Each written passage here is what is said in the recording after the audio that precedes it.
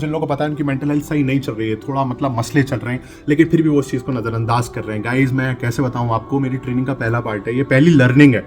You can be well wisher of this whole world but you can be therapist only for some. जब तक तुम अपनी खुद की मदद नहीं करना चाहोगे ना, तो तुम्हारी दुनिया में कोई मदद नहीं कर सकता। As simple as that.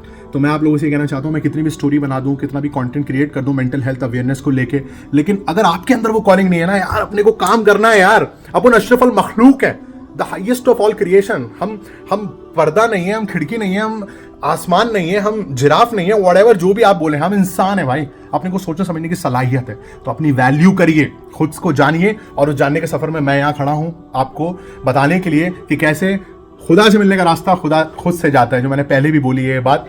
तो यार the more you will know yourself, the more you will love Allah सुब्हानहू व तआला, the more you will know almighty, क्योंकि सारे गेम उधर से चलता है। बस game to book session, love you.